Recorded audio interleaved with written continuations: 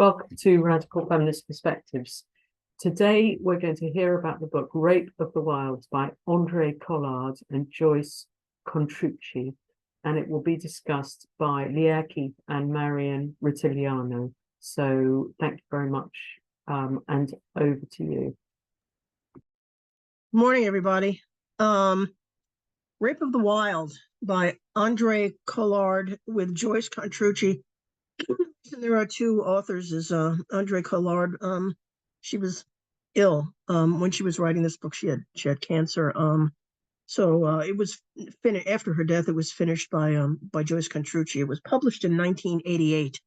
When Lierre and I first discussed talking about this book, we were excited because this was one of the first books that talked about male socialization being analogous to the way men treated women and nature.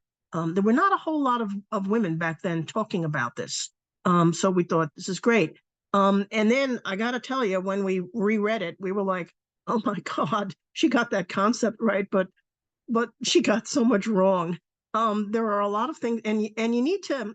It's actually a good exercise if when you read things that are very old. I mean, if you look at The Second Sex, that first chapter where she talks about about science and the science of male and female reproduction, things like that. She got a lot of that wrong back from the 1950s. And similarly in this book, there's things that she just plain gets wrong, and we'll kind of go over that. But what she got right was that there's something analogous about the way men treat women and the way they treat nature. They are just sort of inextricably linked. So you need to know that up front. And the other thing, one just interesting thing to know about Andrée Collard is she was from Belgium, and she was like a teenager, a young woman during World War II. And during the war, she was from the book, active in the underground resistance movement. The dense forests and wild countryside of wartime Belgium provided a natural refuge and cover for Allied soldiers who were caught in occupied territory and attempting to escape to England. Andrée was frequently their guide, leading them to her village and eventually escorting them through the woods to the next underground resistance unit en route to safety. And she carried messages from one outpost to another. She was stopped by the Nazis. So she was a badass from very, very young. And whatever else she did, this was pretty incredible for a young woman to do in Belgium in World War II. Next slide, Joe. All right. Whatever nature does that seems cruel and evil to anthropomorphizing eyes is done without intent to harm. And I actually can't read. Here we go. Nature has worked out a self-regulated flow of birth and decay, striking a balance between death and rejuvenation, which human beings, in their propagating folly, ought to have taken as a model. Where the human hand has not greedily tinkered, nature is spontaneous, awesome, refreshingly unself-conscious, magnificently diverse. And when you see a picture of a bird eating a worm, or a hawk catching a bird, or a mouse or something like that, you think, oh my God, that's so cruel and evil, and it's not. This is just creatures on the earth going about the business of living, getting nutrition for themselves, and living to another day, living their lives. So when we look at nature, when we look at how nature unfolds itself, it is not with the same intent that humans do. Next slide, Joe.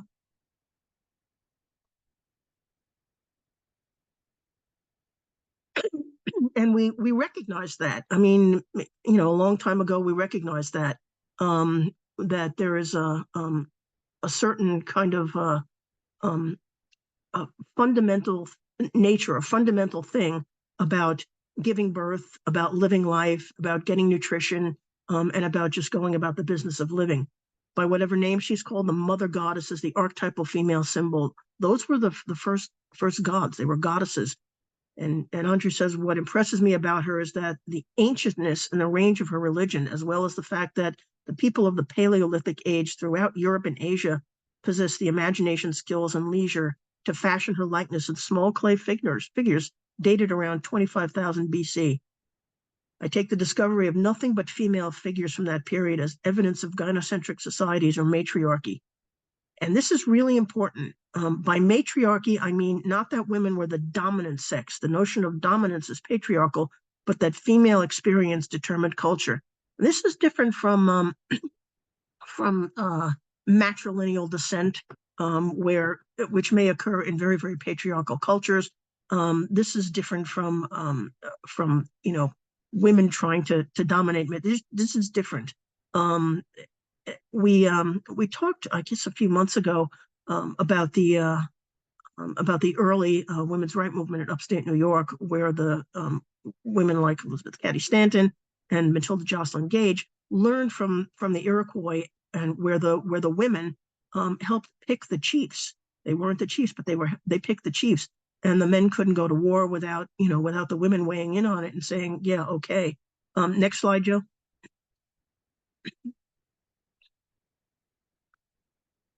This is another quote. Women have exposed patriarchy as a disease, and the treatment of nature and animals is the vilest manifestation of that disease. Nature and animals communicate their plight in ways this culture refuses to understand. And this book is a burning protest against the violation of nature and animals, which in patriarchy is inextricably connected with the oppression of women. Feminists must articulate this oppression as part of our holistic biophilic vision. It is a fact that no woman will be free until all animals are free and nature is released from man's ruthless exploitation. Next slide, Joe.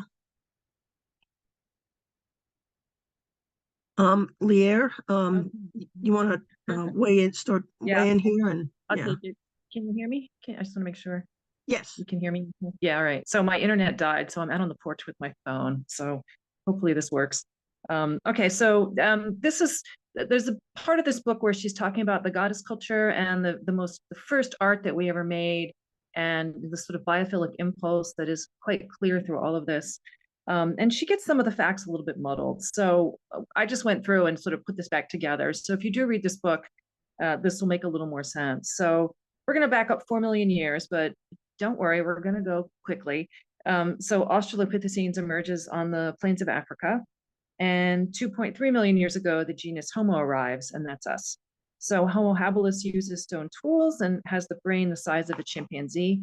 Over the next million years, so it's a long time in the making, habilis undergoes this process called encephalization. So their cranial capacity doubled. And from there, Homo erectus emerges. And Homo erectus migrates out of Africa about 1.5 million years ago, somewhere in there. There's various migrations, and then they disappear, and then they migrate again. So there's a sort of back and forth out of Africa into Asia and Europe. But eventually, yes, Homo erectus manages this.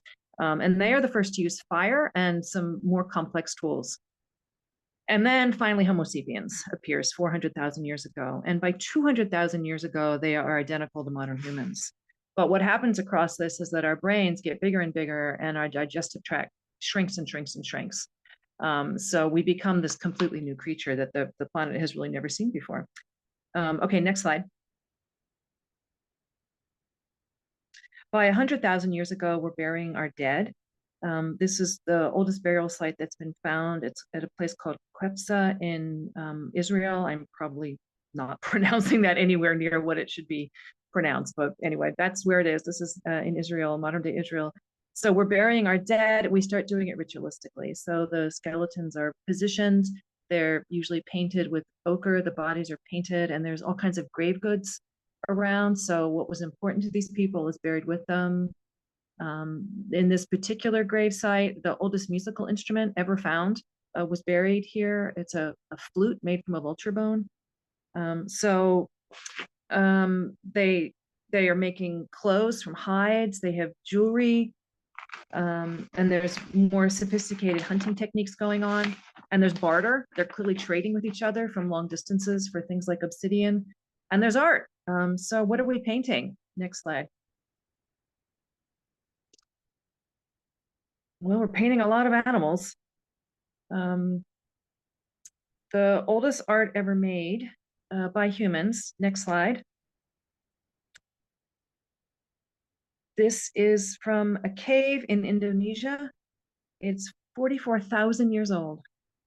So this image, it portrays a group of these creatures on the right-hand side are humans, but they're only part human. They're also part animal. And that's called a therianthrope. And so they're hunting this enormous animal with ropes and spears. The prehistoric cave art provides some of the most direct insight available into the earliest storytelling. So next slide. For the first few 100,000 years, people are painting things in caves and on rocks, and they're making little carvings, but it's static and they're symbolic. We don't really know what they mean, but they clearly held meaning for the people who made them. So there's dots and there's lines and there's circles and there's handprints and there's little hatch marks and there's ladders and there's all kinds of little symbols that are just, they're very mysterious to us now. We don't have any way to interpret them, but they're everywhere. You know, the same symbols appear around the world. And so something was happening in our brains. We were compelled to somehow try to communicate something. We're not sure what, but one of the things that absolutely appears everywhere is vulvas. Lots and lots of vulvas. So that's the sort of static part of the symbols that we start to paint. But then you get full-on art. So next slide. And this is a story. There's a lot going on in this. So the therianthropes, again, half animal, half human. So there's one that has a bird head. There's a quadruped with a human head. So why? Why are they doing this? Well, I think they're expressing that they are still animals. They're human, so there's something else going on, but they're still animals and they know this. So they're on this sort of, I don't know, a continuum where they're human and they also are experiencing the world still through the sort of full panoply of their animal senses. And so they're sort of back and forth. Are we human? Are we animal? Are we both? Are we something? What is this? And this, you know, clearly plays a role because you see this a lot in these cave paintings where you have these therianthropic forms. But the other thing to notice in this is the size of the animal in this picture. And this creature is called an anora, and it's a small ruminant that lives in Southeast Asia. And this reminds me of those Japanese landscape paintings where you have an enormous mountain and the tiny little people, or you have the enormous ocean waves and then the tiny little people. I think you all can picture these paintings that I'm talking about. So what looms large in this picture is it's spiritual and it's psychological, and it's the animal, this animal that they're killing, that they're hunting, because its presence is enormous in this story that they're trying to tell on the wall of this cave. So next slide. In real life, this is what it looks like. This is not an enormous ruminant. It's a big animal, but it's not huge. It's not the size of a bison. It certainly isn't the size of how they painted it. So clearly that's what's looming large in their minds, psychologically, spiritually, is the animal. Okay, next slide. So, 20,000 years later, we have Lascaux, we have these other, caves across southern France and other parts of Europe.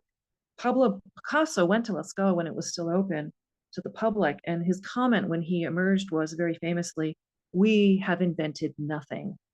And what he means is that whole sweep of Western art, there was nothing original, that it was all there 20,000 years ago. Okay, next slide.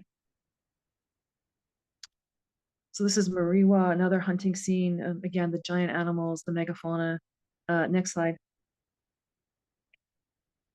This one I find really intriguing because there's clearly women in this one as well. A lot of them are just stick figures, like they could be anybody. But this one, the figures on the far right have breasts. So they're obviously meant to indicate that these are the women in this. What are they doing? We don't know. She's holding a rattle. And all the animals are running away, except the one on the bottom is running toward the woman with the rattle. I have to assume this is some kind of a ritual to call the animals to say, it's still extant people do these ceremonies of, little brother, little sister, we are hungry, we are weak, we are just humans, we need your help. Would you come so that we can eat? And this may be the first time that this is ever, this story is told on a cave wall. We don't know. I mean, we're never going to know. This was, 30,000 years ago. But I always love looking at the cave paintings. I just think that they are so evocative of who we once were. And this one especially, I just find particularly intriguing. Okay, next slide. All right, so you have all these giant animals. Well, what else were we making as art? This is the second most common art project. And it's this enormous female. So this goddess was found in a cave in Germany, 40,000 years old. She is in fact the oldest known piece of figurative sculpture ever found, carved from a woolly mammoth tusk, and probably took a few hundred hours to carve. Okay, next slide. In fact, she's quite small. She fits in the palm of a hand, was probably worn as a pendant. But the first art we ever made was the megafauna and the megafemales, because that was who gave us life. And I think this is the beginning of religion, and that sacredness of awe and thanksgiving is built into us, body and brain. So these images, this consciousness is so primary that it carries from the Paleolithic through the Neolithic and into the present day. So Paleolithic just means before agriculture. Neolithic, that neo means new. So the new way of life was agriculture.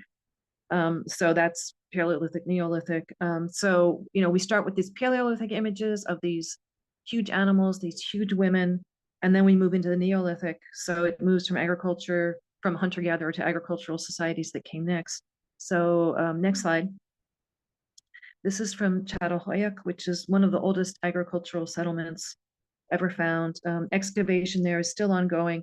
95% of the figurines dug up are animals, and the other 5% are females. There are literally no males. Okay, so this is what we're doing, all these thousands of years ago. And it's the same template as the Paleolithic art. It's basically the same image. You've got the megafauna and the megafemales. Okay, next slide. So a little bit later, this is the goddess Hathor from Egypt. And again, you've got the same megafauna, the same megafemale. So cultures don't become patriarchal overnight. And even when they transition, when it's complete, the people still don't give up those biophilic religious images. Okay, next slide. So this is Artemis now. We're well into patriarchy in the Mediterranean region, but she's still here, this huge woman with her megafauna. Next slide.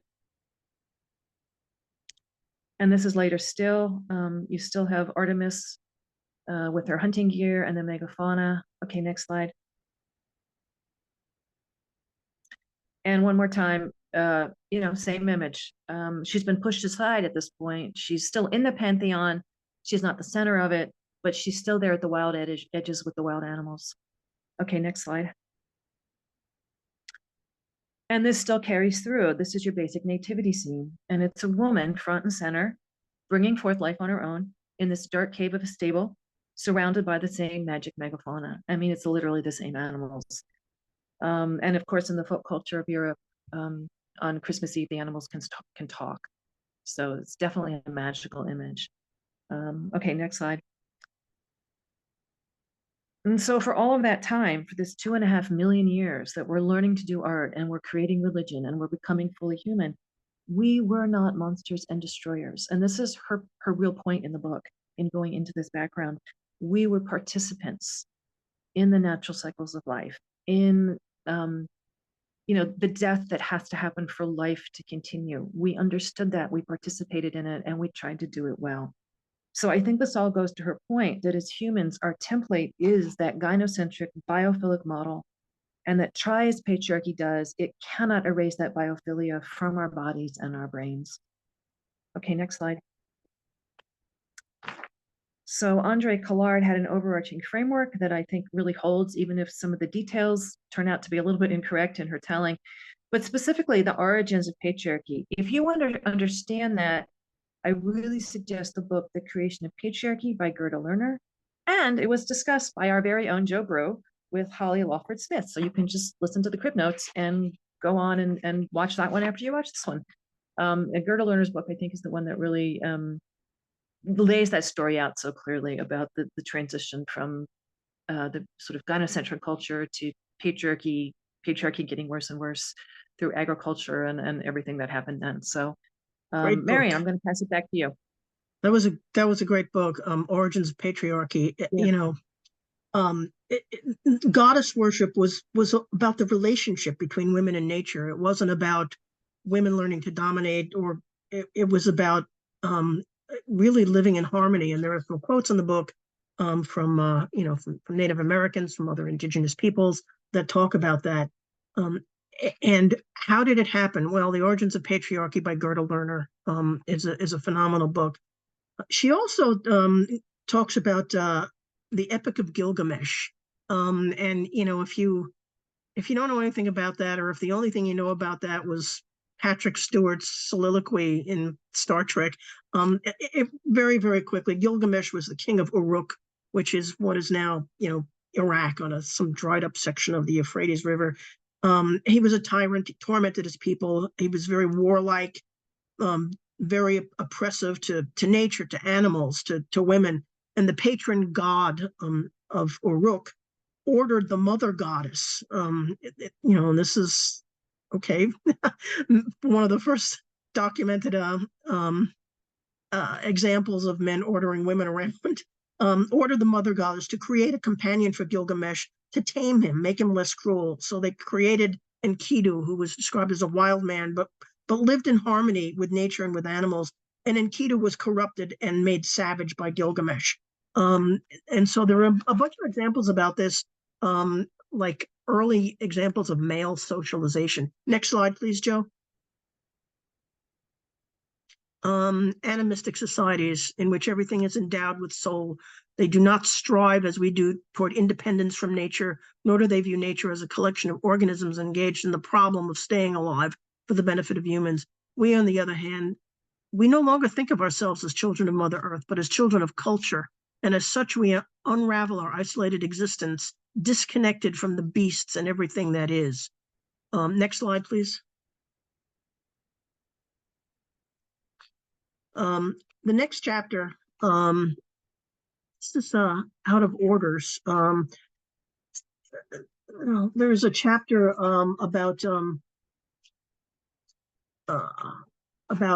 experimentation on animals, and it's I kind of didn't even want to put, we talked about this, and it was like, oh, we have to talk about this because it's really horrible. There are descriptions of very, very disturbing, cruel, sadistic experiments on dogs and monkeys and some other animals. Most of us can disconnect from that if we just think about, oh, they gave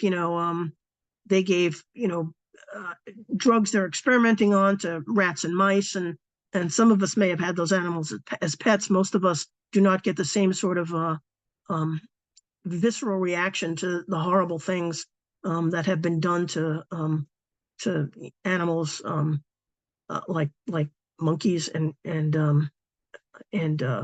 dogs and things like that.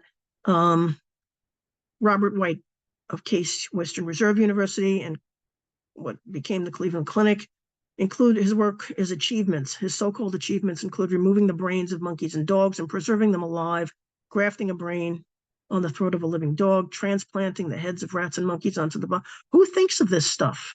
Who thinks of this stuff?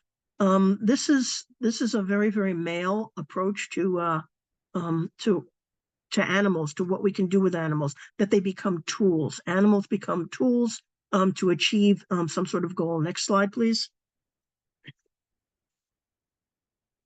And it really is torture of animals. It is possible to traumatize the sense out of living creatures, bring them to the point at which they submit to any atrocity without a whimper while becoming hopelessly dependent upon their torturers. Does that sound familiar for women who have been abused by men? Does that sound familiar? Yeah, it does, because it's the same thing. The professed astonishment manifested by the authors of the above cited passages is as gratuitous as it is hypocritical. They talked about applying them as often as one wishes in order to get the information that they wanted. And it's sadism. And they were published as legitimate scientific activities and funded as ways to elucidate the healing of damaged minds, psychiatry, which is the institutionalization of cruelty. How does this happen? There's a fundamental male socialization that has happened for thousands and thousands of years. Next slide, please. Animal experimenters such as Bernard, Pavlov, Melzack, and Scott are not qualitatively different from those of Marquis de Sade. And Pavlov, there are all sorts of jokes and things about Pavlov's dogs. You ring the bell, but he did some truly, truly sadistic, horrible experiments that, and believe me, I've left most of this out because it's just horrendous what these men did. Andrea Dworkin devoted a lengthy essay to de Sade, who took what the kinds of things that the animal experimenters do and did it to women. He rationalized his brutality the same way as experimenters rationalize their cruelty to animals. It's just normal. This is what men do. He says he's guilty of nothing more than simple libertinage, such as is practiced by all men, more or less according to their natural temperaments. And Andrea Dworkin, God, she was brilliant, points out that the modern fascination with de Sade resides in the fact that his sexual obsessions are both forbidden and common, and like many men, he held the use of women as his absolute right. Common practice, blaming the victim, all go hand in hand in justifying the sadism of animal research, as well as the sadism of male sexual violence. This is male socialization, writ large, and it's doing the same thing to animals, to nature, as to women. Next slide, please. Very, very disturbing chapter. And, the author, she does point out that it's not that women are not capable of being angry. Women are, usually without men, are pretty happy. But it's not that women can't be angry. We can be. And it's not that we don't manifest that anger and aggression. We can when we need to, but the anger is a genuine feeling. Men do not violate from anger. They violate from the will to dominate and from wanting to conform to the image of maleness, male socialization. This is a psychoanalyst, a neurologist at Northwestern University, unwittingly defined the essence of male aggression as an urgent assertion of omnipotence, invulnerability, and immortality that leads man to seek absolute control over his material universe and deny death itself. The material universe includes nature. It includes all of nature. It includes, animals that that people innocently used for food. I mean, there's a quote earlier in the book about hunting just being sort of a ritualized thing. Many indigenous people still, when they hunt to feed their families, will give thanks to the animal for giving its life. And that was just a simple thing of people just staying alive, feeding their families. But it has become more than that. Is trophy hunting and men just hunting for the male bonding, for the aggression, for not culling out the weak. Which when an animal kills, it kills the weak that are straggling behind as a flock of zebras is running away. No, men don't do that. They want the biggest animals, with the biggest antlers and things like that. It's different. Next slide, please.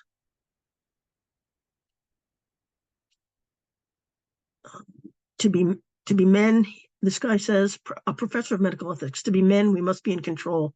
That is the first and the last ethical word.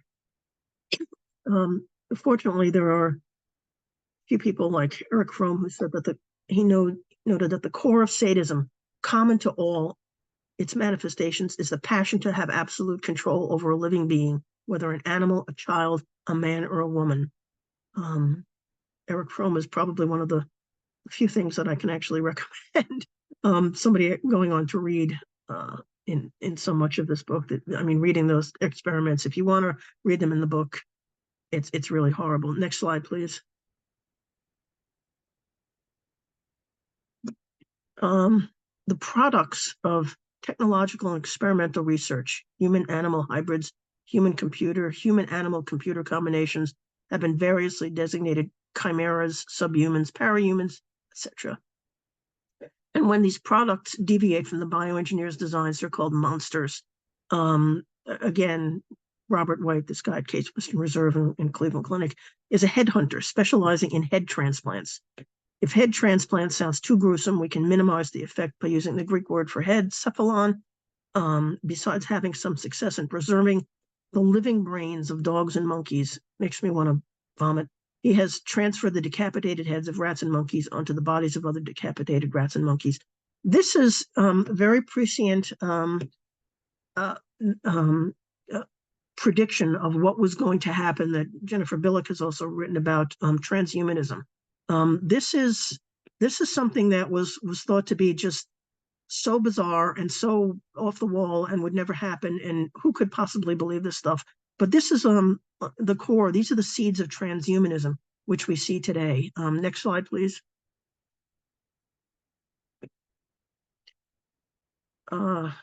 Case in point. Here we go. Ethics of genetic control. A uterus can be implanted in a human male's body. His abdomen has spaces, and a gestation started by artificial fertilization and egg transfer. Hypogonadism, medications to induce hypogonadism, could be used to stimulate milk from man's rudimentary breasts. Men, too, have mammary glands. If surgery could not construct a cervical canal, the delivery could be effected by cesarean section, and the male transsexualized mother nurse his own baby. And Collard says, can there be any clearer, more extreme statement of male womb envy and desire to appropriate female power by eliminating woman in nature? A major teaching hospital on the East Coast for many, many years had a an offer of, we'll pay anybody $1 million who can figure out how to get a man pregnant. And that was, 50 or 60 years ago. And people just laughed at it, that A, it could never be done, which it probably can't ever be done, and B, who would want to do that? I mean, what man would ever want to do that? And here we are in 2023, and there are men who want to do this. And somebody in the chat is noting that they're doing that in Sydney Hospital. Transplanting uteruses. Yeah, we have heard about that being attempted. Next slide, please. So this one's mine. Yeah, the other thing about that, that uterine transplant business is just it really shows the level of their disengagement from just the reality of being alive, that they really think that the human body, or that any living body, is like a series of Lego blocks that you can just sort of snap parts on and off, to turn a man into a woman. And it's not just the lack of a uterus. The entire female body is what gestates, which is why this is never going to be possible. But they should know that, and they don't, because they just refuse to see that, like, life is not a machine. You can take a machine apart and put it back together. That's why it's a machine. You can't do that with a living creature. You kill it. And so anyway, this is just more of the necrophilia and the sadism. So here's our friend, Martine Rothblatt.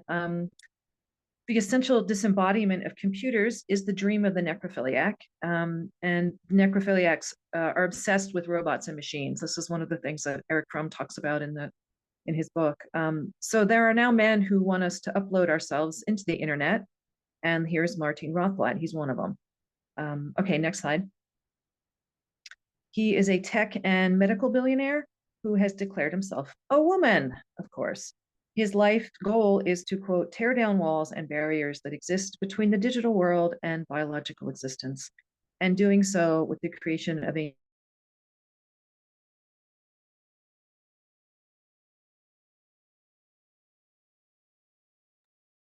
I think Lierre froze. Doing so with the creation of a new species of robot, which he is very, very committed to. He has made references to this, and it's unclear what he's actually been doing. Go ahead, Lierre. I finished the quote. Yeah, I'm just waiting for the next slide. Anyway, in this Bible that called The Truce of the Terrorism, he outlines, here we go. Nanobots are going to replace all life. Humans will upload themselves into computers to live forever, and technology will take over the universe, becoming omniscient, omnipotent, and omnificent. He says point blank that he is creating God. At least Victor Frankenstein, in all his arrogance, was content to create a humanoid. Rothblatt intends to do away with biology entirely. This is narcissistic rage, driving the disorder to his predictable endpoint, necrophilia. Enraged that he can never be a woman, which he must know beneath his dense layers of denial, he would destroy all life in revenge. So it's like those guys who are the quote family annihilators who kill the ex and the children and her mother and the neighbor and the dog in their rage because they can no longer control her. This is Martine Rothblatt. This is what these men are doing. And it's all of life that they are enraged at because they can't have what they want. So the biosphere has become the technosphere, and eventually it will end at the necrosphere. This is the end point of all of this. Okay, next slide. So Collard's answer to the roboticization and mechanization of human experience, which she saw coming, and this was before the internet had happened to any of us, the roboticization of life, of which the above is but an extreme form, is nothing new, but it seems to me that it takes people morbidly alienated from feeling to draw such blueprints of space colonies. According to some scientific geniuses, we even need the help of machines to tell us what we feel. Dr. Joe Kamiya of the San Francisco Langley Porter Neuropsychiatric Institute suggests that in the 21st century, it will be possible to mediate emotions with machines. Somewhere, someone may sit in an armchair and play a musical instrument controlled by brainwaves, conducted through electrodes pasted to his head, which will enable him to hear his moods as he would hear a symphony.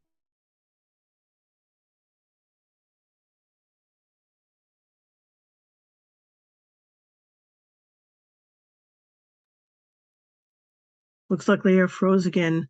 He would lead his own orchestra, so to speak. He would feel himself. What about lovers? They would be freed of the difficulties people so often have when they try to express their emotions in words. They could flirt through their brainwaves. Best of all, children attached to biofeedback machines would learn that when they have certain emotions, their palms sweat. Are you back with us, Lierre? Can you hear me? Yeah, I can now. Okay. Yeah, I'm Maybe up to maybe. Yeah, maybe I am too earthbound. Maybe I love this earth the way it is, with its insects and weeds, rains and cold spells. Maybe it is because I know what I feel when my palms sweat. Whatever the reason, I find space colonies an outrageous proposition belonging to the nether regions beyond hell and fallen angels, stagnating in rank amorality. I just think this is marvelous. This is why I loved this book when I first read it. And she's exactly right. It is just hideous to think about these things. Like, who dreams of killing the planet and leaving for somewhere else? Utter sadists. So, all right, next slide. So this is the scientific managerial perspective is what she's critiquing. And there's a book called The Wooing of the Earth by this guy, DuBois. I have never read this book, but she's critiquing this book in here, and I think her critique is well worth just quoting. So she says, many of DuBois's statements about human intervention into the natural order beg many questions, which to my mind are critical. For example, he writes that the earth has potentialities that remained unexpressed until properly manipulated by human labor and imagination. But this also takes love. Is the Grand Canyon potentially unexpressed? Was the Amazon forest potentially unexpressed until developers started to exploit it by raising such huge tracts of it that real environmentalists are now concerned about the oxygen supply to the world? Was the atom potentially unexpressed inside the elements of matter? I have purposely chosen examples of awesome proportions, large and small, because they help bring into focus several important questions DuBois passes over. What is proper manipulation? Who determines which facets of Earth are ready for or need such quickening? Next slide. What values inform these decisions? And who has the wherewithal to bring about these transformations? My mind is not put at ease either when I read DuBois's predictions of trends in the human relationship between humankind and Earth to be, quote, an increasingly centralized management based on the use of highly automated technologies derived from sophisticated science. I mistrust this impersonal management spawned in laboratories. I mistrust the centralization of power, data, laws, and resources against which the common woman has precious little recourse. As for, quote, love, what does love mean? Does the desire to express the, quote, latent possibilities of the earth? Desire to express the latent possibilities of the earth? This is a wooer's love, which presses out what he wants. Next slide. without taking into consideration the needs of the wooed. To love the earth as potential is equivalent to loving women as potential that remains unexpressed until properly manipulated by man's labor and imagination. Love without reciprocity is exploitation. So here are a few examples of what she tried to warn us about. This is what happens when the sadist's love of control reaches its endpoint of necrophilia. So next slide. And these are all things that have happened since her death. She did not see this, but this is what they're doing now. So this is mountaintop removal for coal. They're leveling entire mountain ranges to get to the last of the coal. Okay, next slide. So this is a toxic lake in China. This is for rare earth mining. So this is cell phones, computers, the great glorious green revolution, which looks exactly like the rest of the Industrial Revolution. Just utterly devastating. This is not going to heal except in a geologic timescale. It is so utterly toxic, nothing will grow there again. Next slide. Good old-fashioned deforestation. So this is what's happened to North America. It used to be that a squirrel could run all the way from Maine to Texas without touching the ground because the forest was so thick, but that is clearly over. Next slide. And of course, the climate crisis. So we have reached past tipping point, and God knows where this is going to end. So, okay, next slide. The opposite of manipulating nature in order to express it is to leave it alone and assume that nature knows best. So, I mean, in the end, she calls for all kinds of activism. She calls for us to re-engage with the consciousness that we once had and that is still within us, this biophilic understanding that we are just one small part of nature, that we are dependent on all of it, and that this web of life is so complex, we could never understand it, and that all of our attempts to manipulate it just end up destroying it. So last slide. I just want to leave you with a more biophilic image here of, here are the bison still. There's only about 1,200 of them left that are still actually bison, but they're 100% bison. But here they are doing their thing, protecting their young, and hopefully to inspire us to protect the ones that we love with the same kind of ferocity as these bison are showing this photographer, who I hope lived through the experience. Anyway, that's the book. That's our slides. So what do you think, Marian? I think that, women's experiences, with oppression and abuse, what women experience, as well as, and she talks about the experience of mothering, and keep in mind that is not, worshiping the divine feminine or fetishizing motherhood or anything like that. But all of that makes us really more aware, sensitive to the oppression and abuse of nature, and probably better situated to remedy it. That picture of the bison running across the grasslands, I mean, if we just left the grasslands alone to recover, if we just stopped plowing the grasslands, just left them alone to recover, that would make a huge difference in terms of carbon capture. That would make a huge difference in terms of changing the, of helping the American Midwest to recover. I have heard people talk about the, we need crops, we need to grow this, we need to grow that. The soil has been destroyed. The Midwest had incredible soil. It really had phenomenal soil, and now it's gone. I mean, there's maybe an inch, but that rich 2-foot deep soil that settlers found when they got there is all gone. And as climate changes and as things get warmer and warmer and warmer, the ability of that soil to recover is markedly diminished. And people will say, well, the breadbasket of the world will then be in Montana and Canada. It's like, no, it takes hundreds of years or even thousands of years, geologic time, for soil to be created that is amenable to the kind of agriculture that we had a brief burst with in the Midwest before the soil was destroyed. So this is not like, well, we can manipulate things and just make it better. Things are not fungible. You can't just say, oh, well, I'll invent a piece, called it like another Lego brick, that will replace something that is in nature. And part of this is that, and this is the part that she got right, is that male socialization has been happening from prehistoric times. At a certain point, it started happening, and that is what has changed women's experience in the world, being oppressed and abused, and nature's experience of being oppressed and abused. Yeah, and just to touch on the soil business again, I mean, I've seen a lot of the statistics on this, and there's people who really think that if we could just repair even 80% of the world's trashed out grasslands, and we could sequester enough carbon to actually stop, this ever accelerating pace of global warming. And America alone, if we were to do it here, it would take less than a decade, and we would actually become a carbon sequestering nation. That's how quickly the grasses and the ruminants build soil, because remember, the building block of soil is carbon. And this is why agriculture actually marks the beginning of global warming, particularly rice agriculture.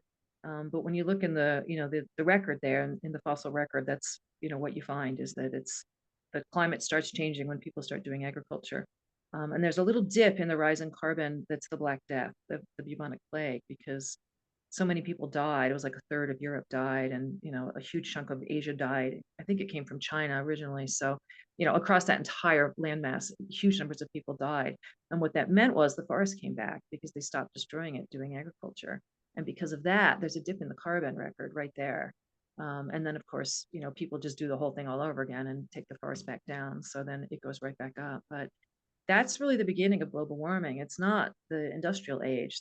And certainly, I'm not in any kind of denial about this, but the application of fossil fuel to this process has been an enormous accelerant, and has really driven the planet to complete crisis. But it really started 6,000 years ago with the beginning of agriculture. So when you destroy the soil by doing this, you're adding oxygen into the soil with the plow, and then the matter, the organic matter, degrades really quickly. And where does it go? Well, the carbon goes up. That's where it ends up, is in the atmosphere. So that's what's happened. We could bring it back down. And when I say we, I don't really mean humans, because we don't really do much in this process. But if we let the ruminants and the grasses take care of it, they would be able to do this. So I still have hope. I don't think we're, completely over the edge yet, but the problem is we're all headed in completely the wrong direction with this. So I really just want the people who care the most to understand the nature of the problem and what the real solutions are, because the great green revolution that we are being told is going to save the day is honestly just more of the same. And there's a great quote from Jeff Gibbs in his movie The Planet of the Humans, where he said, "Will the machines of industrial civilization save us from industrial civilization?" So he's exactly named the problem there. And the answer is no, of course they can't. So anyway, yeah, that's the soil and the bison and the grasses, who are some of my very favorite people at this point. Yeah, the grasslands of the Midwest are probably one of the few areas where you can, the soil could recover. Just let the grasslands take over. Expecting, northern Alberta to become like what the Midwest grasslands are is completely unrealistic. Somebody made reference to what we saw happening at the beginning of the COVID lockdowns, and I am absolutely grateful that I was lucky enough so that I was just able to completely telework without going outside for months, except to get food. But people saw, dolphins in the canals of Venice. When is the last time that happened? I saw in my suburban neighborhood, and I live on a main street, deer walking through the street, through my backyard, turkeys roaming around that I don't ordinarily see. And that was just like a little experiment in what happens when animals are not interfered with. What do? Well, they start living their lives again. One thing you had the slide up. Go ahead. Oh, well, I was just going to throw Chernobyl into the mix, because we think of it as one of the worst environmental disasters that's ever happened. But what's at Chernobyl now? And it's like multiple packs of wolves live there. You've got multiple packs of apex predators, because there are so many animals that came back. All the people left, they stopped destroying. Go look at the pictures. It's completely amazing. And really rare and endangered animals like Przewalski's horses and stuff. have taken up residence, you know, in this few mile square area where there are basically no people. And I want to say no people, but there actually are some people there, because you know who stayed was the old women, and they're not hurting anybody. There were some old people who were just like, I'm not leaving. This is where I've lived my whole life and I'm staying right here. So you can see these photographs of the old sort of babushka ladies, you know, with the little scarves and wearing their little dresses, and they've got their chickens and their goats, and they're out there every day, just doing their thing and living their lives, and, you know, eating their borscht and whatever. And they just refuse to leave. So that's who's there. There's a few old ladies and a whole bunch of wild animals that have managed to set up residence. So, which is to say, as scary as it sounds, that industrial civilization, the daily workings of industrial civilization, are worse for the planet than a nuclear disaster. One other place in the world which is left alone is there's a very large, wide area between North and South Korea. South Korea, same I thing. mean, Yeah. and obviously nobody goes there. Nobody's Nope. allowed to go there. And there are birds there that just like, you know, are rare birds. I mean, there's just wildlife. There's birds. There's Plants nobody's plants. There's seen for plants. 200 years. Yeah. Yeah, there's plants. There's insects. It is this, you know, it's a human horror, but it is lush, teeming, like wildlife preserve, because none of it's the a humans. human horror, but it's a nature paradise. On the flip side, you had that slide about Inner Mongolia.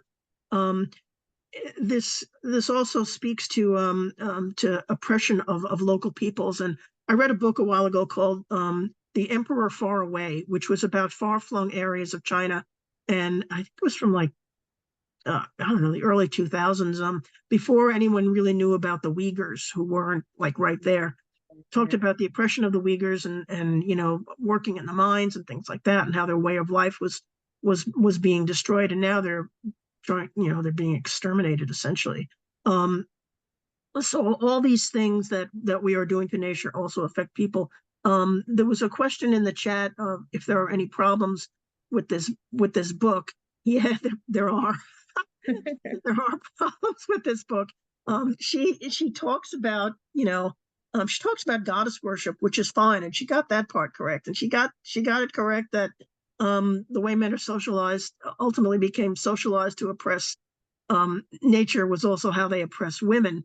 But she got a whole bunch of other stuff wrong in terms of like when agriculture began, how, you know, what happened politically when it began, you know, that women were relegated exclusively to gathering. No, they were hunters. I mean, for a long time, women were hunting right along with the men. So she got that wrong. What else did you spot that was wrong? Yeah. It was a bit muddled in the middle there, like when she's trying to explain where patriarchy comes from, and it just none of it held together, and a lot of it was just factually incorrect. So read it for, you know, her overarching framework is absolutely holds. I think we both agree there.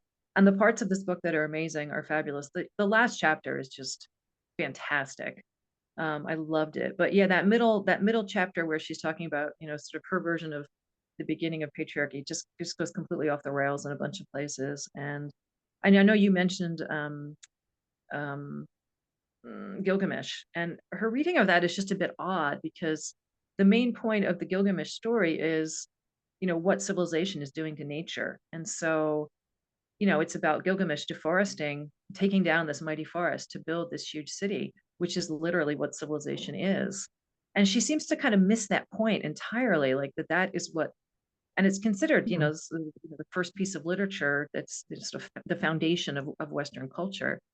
So anyway, just parts of it are just sort of odd. So I think, you know, if she had a chance to rewrite this book, she'd probably have a lot more information in front of her and would get a lot more of this right. But the other thing that's very hard to read, of course, is the animal experimentation chapter.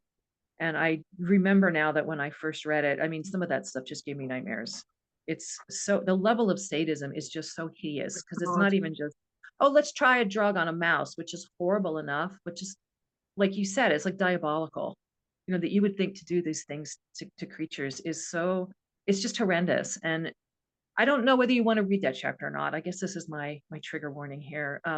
If you already know that these things are horrible, you don't necessarily have to re-traumatize yourself, I guess is my point. So if you want to skip that section, I wouldn't blame you if you already are somebody who's you know, knowledgeable and completely opposed to animal experimentation. You don't really need to do this to yourself again. It was very disturbing. That chapter was very, very disturbing. Awful stuff. Yeah, and the Gilgamesh, I think she was just using her telling of the Gilgamesh epic to talk about you know, one man socialized and corrupted another man, and and that destroyed nature as well as as well as how women were treated. Are there any other questions in the chat? Anybody have any other questions? I mean, I think if, again, the book is, it was an early effort at something that hardly anybody was looking at. She does make a reference to a book we talked about a couple of weeks ago, Susan Griffin's Women in Nature, who talked about this deep life-sustaining interconnection between women and the earth. And she made reference to women who wrote ecological works about nature that weren't necessarily feminist, but like Rachel Carson. We know about Silent Spring in the 60s, DDT and pesticides. About a decade before that, she wrote a book called The Sea Around Us, where she talked about, the great mother of life, the sea. The book also makes reference to Louise Young's Earth's Aura in 1977, talking about man's greed and drive for power, in reference to nature and conquering nature. And finally, she makes reference to Helen Caldicott's book called Nuclear Madness at the end of the 70s, talking about the nuclear industry.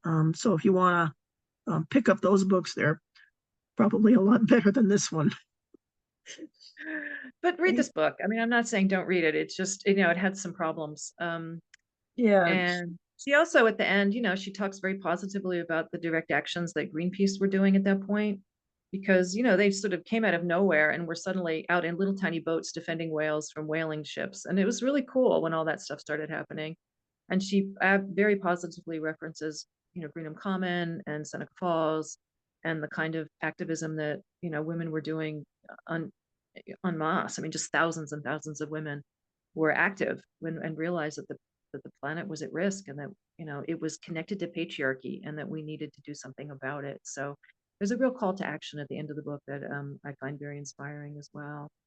And one thing about her that's in her little biography, Marian, you didn't mention this part, but I loved this about her. When she was a young girl, the local men would go out into the woodland, where she lived in a rural area, and they would capture some of the songbirds because they're very beautiful, they're very brightly colored, and they would keep them in cages as sort of pets, as decorations. And she hated it. She hated that these poor birds were being captured like that. And she would go out when they went out, and she would beat the bushes and scare the birds so that they couldn't be captured. And then she went up and down the main street in her town, where the richer people had, they'd have like 10 or 12 of these birds in little cages on their front porches as sort of decorative objects. And she couldn't stand it, so she would just let them go. She would open the doors and let the birds fly free. And we see a sister in Andrée Collard. I just think it's marvelous that she did. And then went on, of course, to resist the Nazis. And then after the war, her parents said, well, you either have to get married or you have to take a secretarial course. Those are your options. And she's like, no, I'm not doing either of those. And she didn't know a word of English. She hopped on a boat and she moved to America, learned English, and ended up getting a PhD from Harvard. So very driven, somebody who absolutely loved her freedom and the freedom of all living creatures. So, I think she's a wonderful mother, sister. Yeah, Harvard told her that she'd never get a PhD, but she did it anyway. And she was the only woman in her class that made it through. All the others dropped out one by one. Yeah. So she did it. She was a real. I think we're about done. All right, we did it. Thanks, everybody. Glad your phone held up. Yeah, me too. Bye.